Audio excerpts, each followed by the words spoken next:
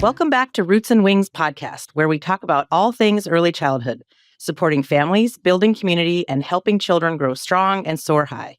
I'm your host, Melanie Little. Today, we're joined by Mark Cotreau and Spencer Vinton from Treehouse School of Fitness in Danvers, a space that brings a meaningful approach to movement for both kids and adults. We're excited to talk about what fitness can look like for the whole family and how we can better support our own well-being as parents. Welcome, Mark and Spencer. Thanks. Thank you. Happy to be here. Yes. Spencer, let's start with you. Can you tell us a little bit about your background and Treehouse School of Fitness, what you offer and what makes your approach unique? Sure, absolutely. So to start with my background, so originally from Vermont, I went to school over at Endicott in Beverly. I've been a part of the Treehouse for about 5 years now. I graduated with a bachelor's in exercise science, and then I pursued my sports leadership master as well as my MBA. From those, I essentially graduated to a management role within the position. What I like to say is more or less the head coaching role within the facility. These days, I'm joined by Mark and a couple other part-time coaches that help make more or less the Treehouse so great. To dive fully into essentially the history of the gym itself, and again, what makes it unique, as you just mentioned. The business alone has been around for about 20 years now, and obviously, as you can assume with that fact, there's been a lot of changes within the last 20 years, some of them being COVID, some of them being various locations, originally starting in Topsfield, supplementing a second site in Beverly, and then moving to Danvers, where it is currently. Since 2013, the gym has been in Danvers, and originally as a CrossFit affiliate with the name being North Shore CrossFit, it eventually became Treehouse School of Fitness, as we know it as today. And the reason behind that, as far as I know, and it's still the kind of name of the game these days, is like we're way more of a coaching facility than just a CrossFit gym, to make it plain and simple. We're no longer a CrossFit affiliate, mainly because our uniqueness, again, isn't defined by that. We're a pure coaching facility for populations of various ages, whether it be younger individuals, athletes, adults, women specifically, seniors, who are able to more or less tackle various populations and give them the longevity aspect that goes into what everybody knows as fitness. Whether they're beginners, intermediate, advanced, we strive ourselves on being the best gym on the North Shore to deliver that to everybody day in and day out. That's awesome. And if you're reaching me, you're really getting out there. So Miss Page, who everybody that's listening probably knows, our teacher, also goes to the Treehouse and roped me in, and I've been a happy fitness goer for probably about 9 months now. About 9 months, right? Yeah. Yeah. Look at that. So Spencer, how does your philosophy show up in your work with both kids and adults and older adults like me? So I would say the main reason our philosophy shows up day in, day out is because regardless of experience levels, and again, this could be someone who is starting their fitness journey at 50 years old. It could be someone who is starting their fitness journey at 8 years old. It could be specific workouts, personal training, a group setting. Day in, day out, we strive on giving various populations of various experience levels a top-notch experience. So that's where modifications come into play. That's where we strive ourselves as a coaching facility to make changes to everyone's day-to-day life. While a lot of our model is like a group setting per se, we strive ourselves on personalizing everything for everybody specifically. Again, with our philosophy being longevity per se, and essentially strength being the foundation of longevity, I think every aspect of more or less the programs that we have at the gym start at that base level, and then the community itself exhibits more or less everything that's a part of that. Our uniqueness directly is just, it starts with our community, whether someone is a top-notch gym goer that has been doing it for many, many, many years, or if someone's a beginner, day in, day out, they're going to get the experience of a lifetime with fitness, with the community, with friends and family. Everybody who comes into the gym leaves with a smile on their face every single day. That is true.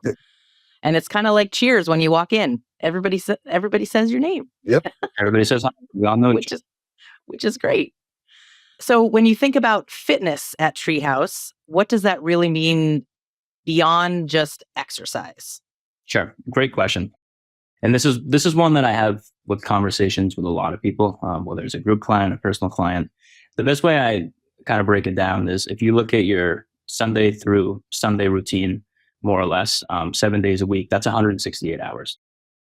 And if you digest it and you're like, okay, my gym routine this week was 4 classes, which is awesome. That's way above the curve of most individuals. And then you break that down and you say, okay, so 4 out of 168 hours were directly related to fitness per se.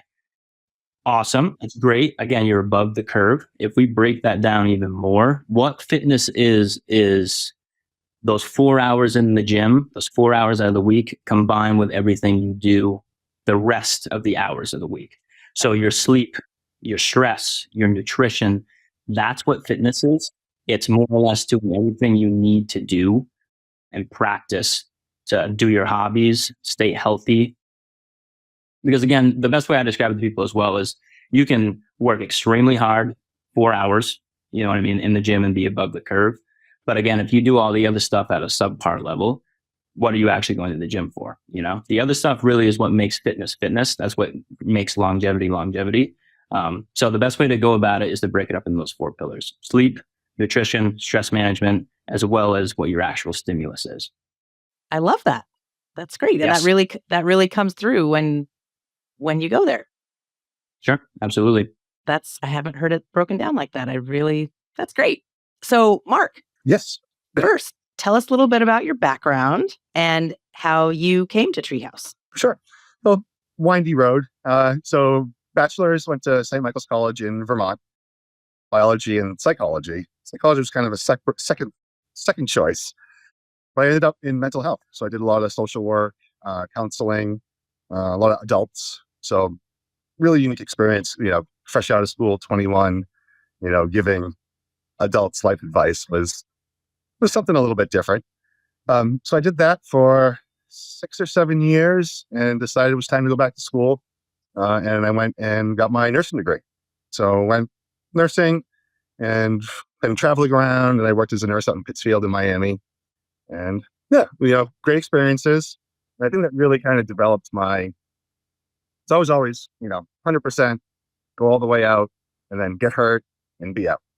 So this awful cycle of injury, recovery, and then had my daughter, and I just found it's tough getting around when you don't feel good, right? So started focusing a lot more on my mobility, stretching, not as intensive exercise. And I found I was actually really getting more in shape, not 100% every day. My body wasn't having time to recover, just doing too much, So I Makes started sense. bringing that, the mental part, the mental health is super important in your fitness journey, right? That's the whole part. You want to get like, how am I going to, deal with stresses in life, right?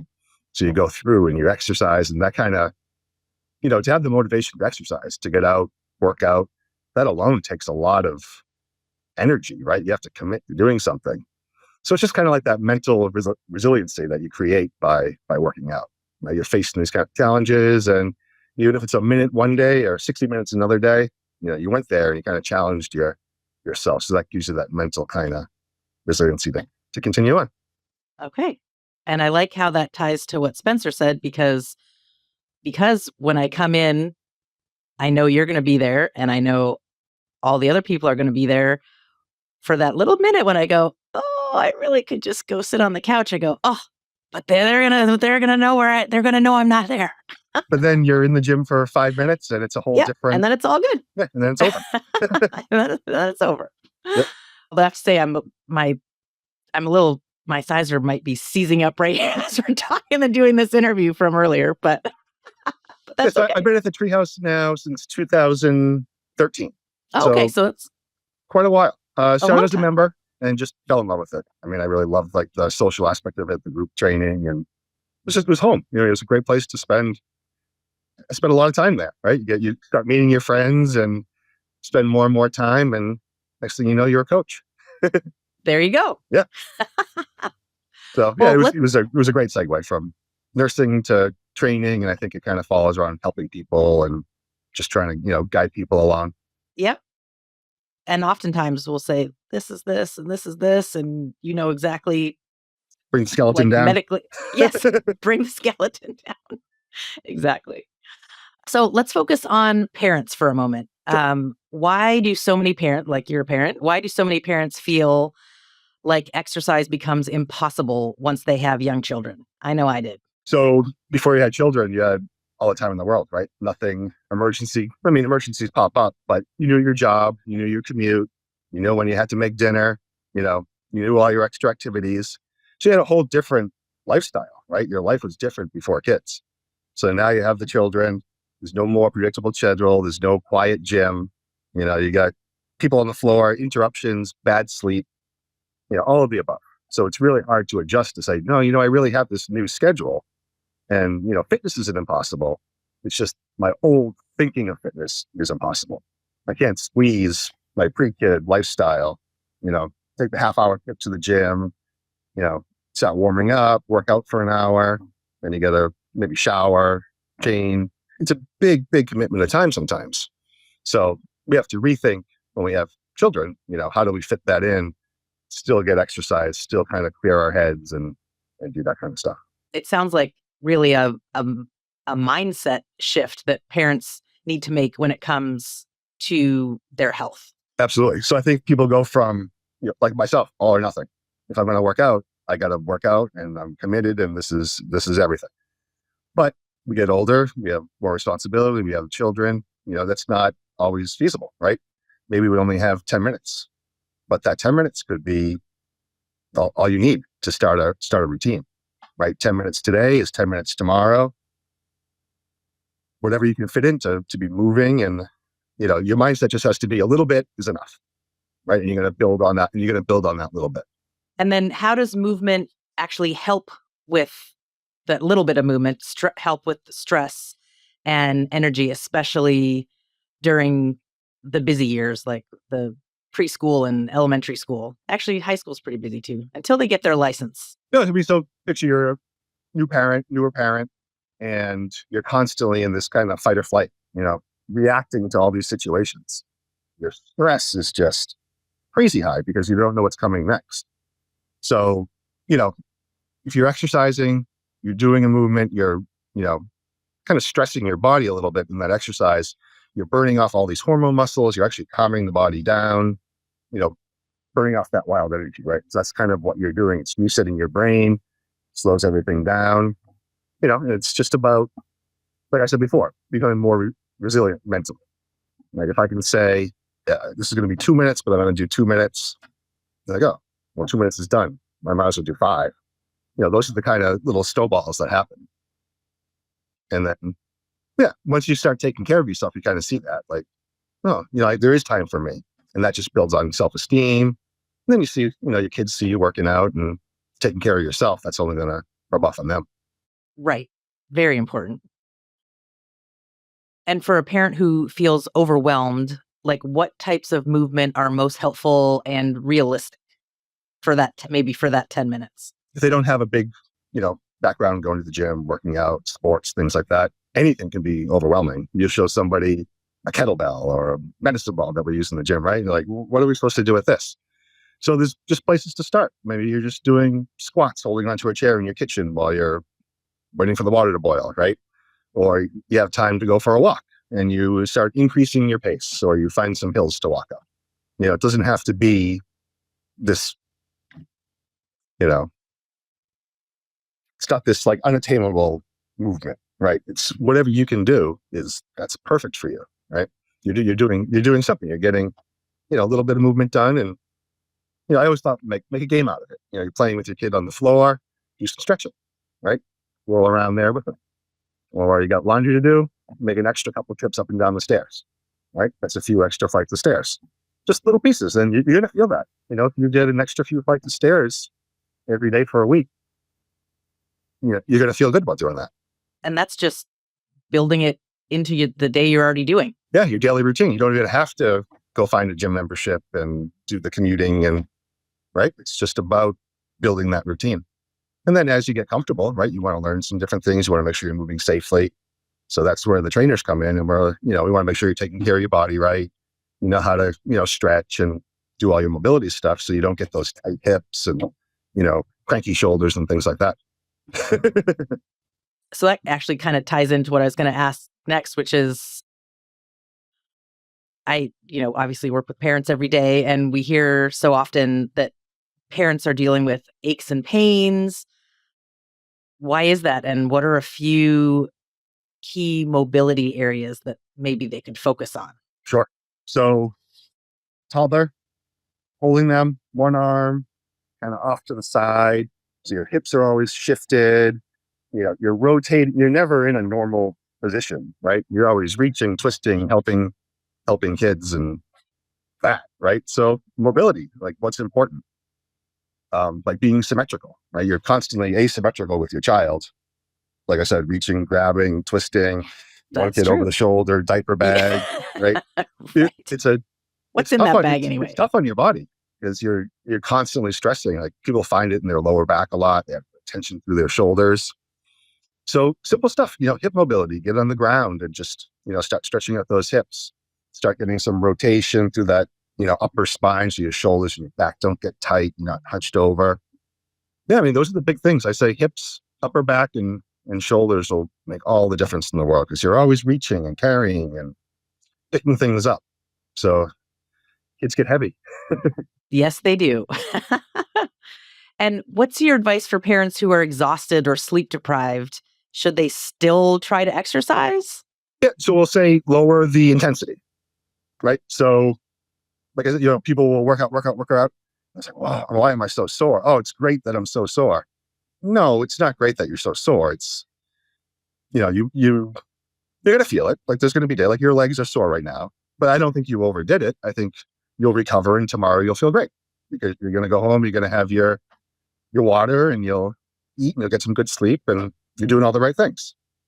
So, don't change the consistency, just decrease the intensity because that way you stay into your routine. You don't lose, your progress. You're not sitting on the couch for a week saying, oh, I got to start all over again. Right. You're keeping something up. Like we'll always say, somebody gets hurt in the gym and you can't do the workout or whatever's too hard, still come to the gym, right? Walk up and down the turf, do some stretching, see your people, right? It's more important that you're just there, engaged, keeping your routine. And there's always something you can do. I mean, I had a shoulder surgery. So I just did squats. That's all I could do. I couldn't do anything with my upper body. So I'd come to the gym and that helped me mentally just because I wasn't sitting at home recovering all day. So, and you have people cheering you on. Absolutely. That's good. And zooming out a bit, why is this stage of life, like kind of when you're making your family, so important for long-term health? Big life event, right? So this is the so maybe you were super active before children.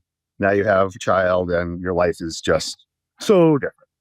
So this is kind of the point where you fall off and you stop doing all the stuff you were doing and, you lose your energy and it's tough.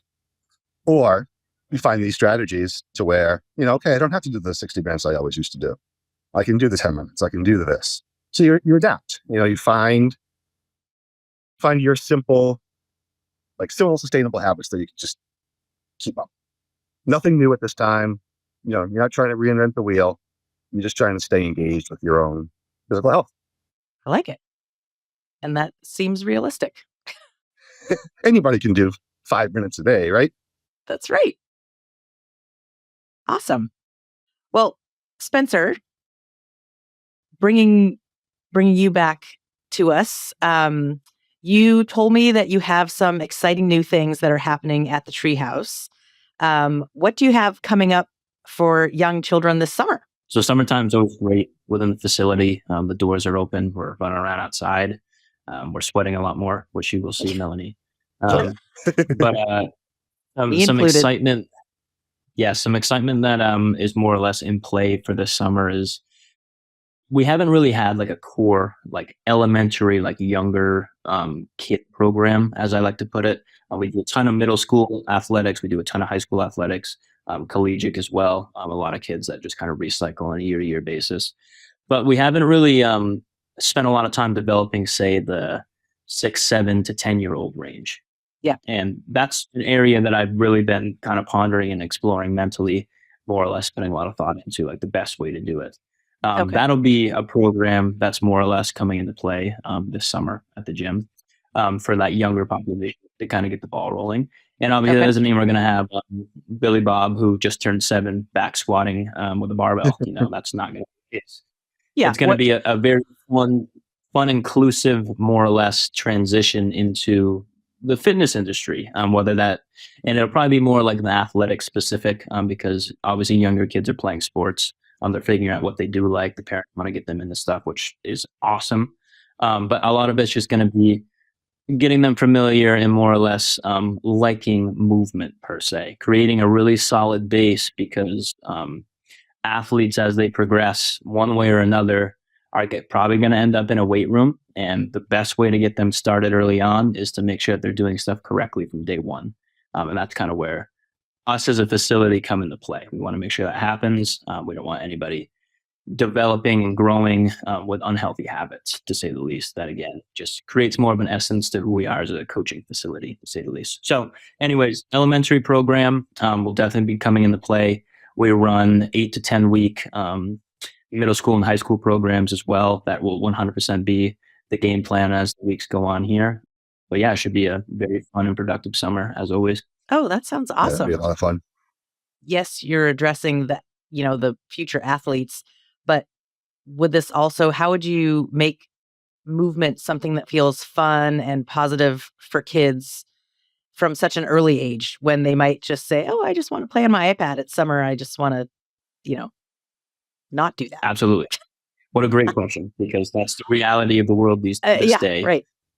which is scary in ways. But I mean, It the is. reality of getting kids in tune is getting them in a setting where they are sweating, they are burning calories, but simultaneously they're laughing, they're having fun. They're most importantly with their friends or their siblings, which is something that I always encourage within a gym setting, specifically ours, because the more that I see in play, and like that's a lot of what our middle school population is now. They're all on the same baseball team. They all are at the same school every day. They're blah, blah, blah, blah, blah, because when they're kids, but at the same Love they're all that. best friends, So day Right. in, day out, they're laughing, they're having fun, they're holding each other accountable. They have a group chat that's named Treehouse School of Fitness, which is awesome, and it's like they talk to each other, they come to the gym because, they see each other getting older and developing as athletes on and off the field, which is tremendous. But again, going back to maybe the non-athletes or just the kids who are kind of getting started with stuff, it's all the same characteristics and framework. Being with your friends, potentially siblings, and burning calories, sweating, and then simultaneously being like, "Hey, that was really fun. I want to come back tomorrow and do the same thing." I mean, that's kind of what again makes fitness 101. That's the older population, that's the younger populations, everything in between.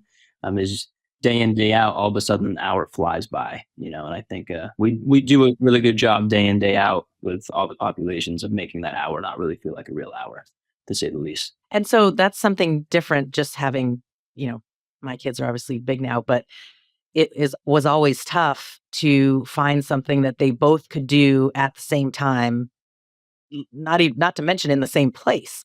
So you're saying that even if they're not so similar in age, they could come to one place and there would be potentially something that they could all do together. Absolutely. 100%. And that's what we strive to, because I can think of 10 pairs of siblings off the top of my head that I've had over the years, that push each other, get the opportunity to work alongside each other, grow together. They're all core memories. When 20 years go by, that I'm sure they'll look back and be like, "Hey, remember that time we were at the gym and you did this?" Right, exactly. Yeah. That's a reality, whether it be a good memory or a bad memory. Right. But again, it is important, to get them off the iPads, get them in a setting like this, because again, next thing you know, the years will go by and they'll still have a desire to continue to do stuff like this. Yeah. And have more or less a stock in fitness, to say the Right. least, where they Yeah, want you gotta let them a have part of fun with it, right? There's going to be enough serious stuff for them to have to deal with later. Like, this is the time to have fun, grow into it, develop all these good habits. Like, plenty of tests and trouble and jobs and everything later. So, just develop these fun habits that are really going to help you, later on in life, for sure. Right. And I think that ties into what Mark was saying about parents. If parents are also having this mindset, then it's built into their routine, and the kids see the parents incorporating that into their daily routine, and it wouldn't be such a weird thing for them to incorporate it into their daily routine. I mean, you saw some of our phenomenal female members today. So I used to bring my daughter there when she was really young. And she'd be like, I can't believe, like, such positive role models, right? Oh, And 100%. still talks about all the gymnastic stuff and let's do Oh my cartwheels. Yep. It's so great. And you see the different, I mean, I obviously am an old lady trying to get my fitness on, but I'm there with, somebody doing flips and pull-ups and handstands, touching handstands and every other thing, but I'm still there and I'm doing my own thing, and we're doing it. It's like parallel play in preschool. We're doing our own thing at our own level at the same time, but everybody's getting out of it what they need. Exactly. Yep. So no pressure, and I love that there's no mirrors. No mirrors. no mirrors there. You know how fast those would be broken? Yeah. Yeah, that's the actual issue. It's broke. Yeah. Well, we don't have to say that, but No. oh my goodness. Well, so for families who are curious, but maybe a little bit hesitant to try something new, what would you say to encourage them to check out Treehouse School of Fitness, either for themselves or with the summer camps coming up? I mean, we just love how people come in, check out the gym and just get a feel for it, right? I mean, you have to come in, you have to be comfortable. It's, you'd never say, you're just going to come here and you're going to work out. Well, you don't know anything about it, right? You want to come in, you want to see it, you want to talk to people, see some members, maybe check out a class, what's going on in the class. And then simple stuff like, hey, can you squat? Can you show me what this looks like? Or, simple movement stuff. And then you like it, maybe increase the intensity a little bit, see what you like to do. And just kind of see how you move and what we could do to help. I think the other benefit within the facility as well is how much we offer, whether it's population specific or program specific. We truly have attempted to create a facility in a zone, and we didn't even have an opportunity to talk about all the other programs that we have within the gym: jiu-jitsu, self-defense, wrestling, Pilates, Muay Thai, boxing, blah, blah, blah. But we just truly have something for everybody, whether it's population specific, gender specific, goal specific, again, where a simple conversation with a coach can direct you on a certain pathway, and then all of a sudden you're totally kickstarted, kind of getting the ball rolling. Oh, nice. Yeah, I think that's what makes this the most unique overall. Yeah, it really is tailored to each person that comes in. I mean, it's impossible to create, even though a lot of it's group programs, it's so hard to create that and just have it serve multiple people, right? Everybody needs to be coached, educated, make sure that they're confident, because if they're getting hurt or they're feeling sore, they're not going to be back. Like, no, this is terrible. I feel awful. So it's really a fine line of, you got to get a little taste of, hard work, but you also need to, understand your body and listen to it and pay attention to all those little aches and pains as we get older. Right, exactly. And even though I'm usually in a smaller group, even within that small group that we're all doing something, it's okay, you're going to do that. You're going to do that because that's better for you. And you're going to do that because that's better for you. And we're all going through our Tabata or whatever we're doing together.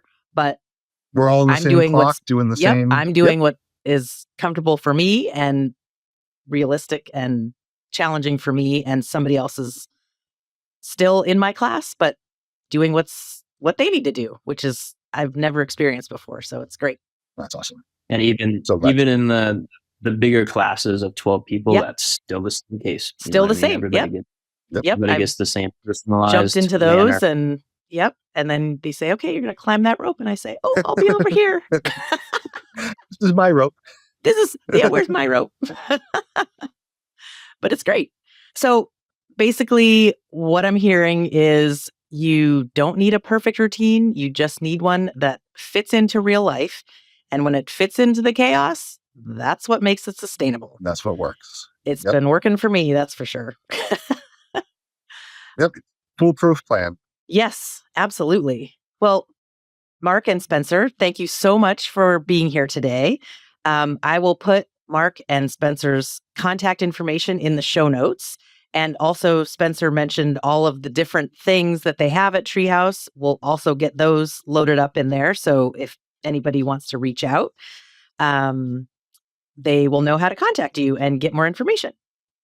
And to our listeners, thank you for tuning in to the Roots and Wings podcast, where we grow together and learn together. Mark and Spencer, thank you so much. Thank you, Melanie. Thank you. Great. I'll see you on Thursday. Yes. We'll see you next time. Thank you.